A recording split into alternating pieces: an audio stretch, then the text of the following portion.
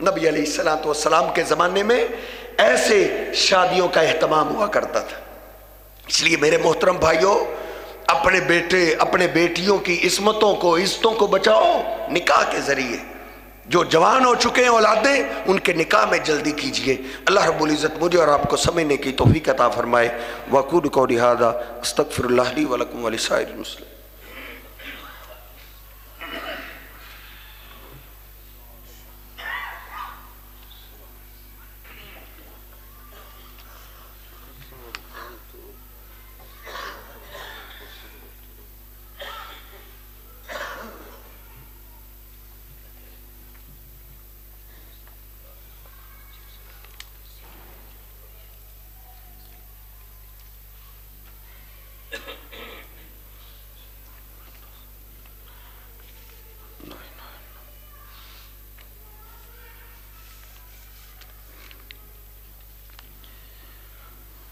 بیماروں کے لیے دعا کی درخواست ہوئی ہے۔ ہمارے بزرگ آئے ہیں، ماشاءاللہ وہ بیمار ہیں، زبیر صاحب کے والد محترم، ان کے لیے دعا کیجئے، اللہ ان کو صحت کاملہ عاجلہ عطا فرمائے۔ اور بھی کئی مریضوں کے لیے دعا کی درخواست ہوئی ہے، اللہ تمام بیماروں کو صحت کاملہ عاجلہ عطا فرمائے۔ ایک دو اعلانات ہیں۔ 22 فروری بروز سوموار بعد از نماز عشاء اے ڈی پیلس شاہ پورہ روڈ سیالکوٹ میں بین الاقوامی محفل حسن قرات کا انعقاد کیا گیا ہے، جس میں بیرون ملک سے بھی قاری حضرات تلاوت کے لیے تشریف لا رہے ہیں۔ سارے ساتھی ادھر پہنچنے کی کوشش کریں۔ دوسرا اعلان ہے، اگلا خطبہ جمعہ انشاءاللہ جامع مسجد مکی اہل حدیث حاجی پورہ بن میں مولانا قاری شعیب میر محمدی صاحب ارشاد فرمائیں گے۔ سارے ساتھی ادھر پہنچنے کی کوشش کریں۔ ضلع شیخوپورہ سے ایک ساتھی مدرسے کے تعاون کے لیے آئے ہیں، ان کے ساتھ سارے ساتھی تعاون کر کے جائیں۔ اور ایک ساتھی آزاد کشمیر سے مدرسے کے تعاون کے لیے تشریف لائے ہیں۔ یہ 1-2 ماہ مشکل ہوتے ہیں، سارے ساتھی ان کے ساتھ بھی تعاون کر کے جائیں۔ اور ایک اور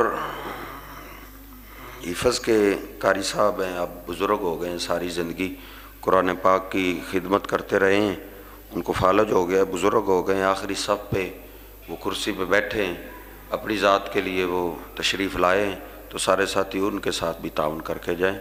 یہ اللہ کا فضل ہے کہ نیکیاں چل کے ہمارے پاس آتی ہیں، تنگی محسوس نہ کیا کریں۔ جو بھی سائلین آتے ہیں کسی کو خالی نہ لٹایا کریں، میرے سمیت سارے سب کے ساتھ تعاون کر کے جائیں۔ اللہ رب العزت ہمارا دیا ہوا مال قبول و منظور فرمائے۔ ان الحمد للہ نحمده ونستعینه ونستغفره ونؤمن به ونتوکل علیہ ونعوذ باللہ من شرور انفسنا ومن سیئات اعمالنا من يهده الله فلا مضل له ومن يضلله فلا هادي له أشهد أن لا إله إلا الله وحده لا شريك له وأشهد أن محمدا عبده ورسوله اللهم صل على محمد وأزواجه وذريته كما صليت على آل إبراهيم وبارك على محمد وأزواجه وذريته كما باركت على آل إبراهيم إنك حميد مجيد ربنا آتنا في الدنيا حسنة وفي الآخرة حسنة وقنا عذاب النار اللهم اشف مرضانا ومرضى المسلمين يا شافي المرضى اشف مرضاتنا ومرضات المسلمين اللهم إنا نسألك الهدى والتقى والعفاف والغنى اللهم اكفنا بحلالك عن حرامك وأغننا بفضلك عمن سواك ربنا تقبل منا إنك أنت السميع العليم وتب علينا إنك أنت التواب الرحيم سبحان ربک رب العزت عما یصفون وسلام علی المرسلین والحمد للہ رب العالمین.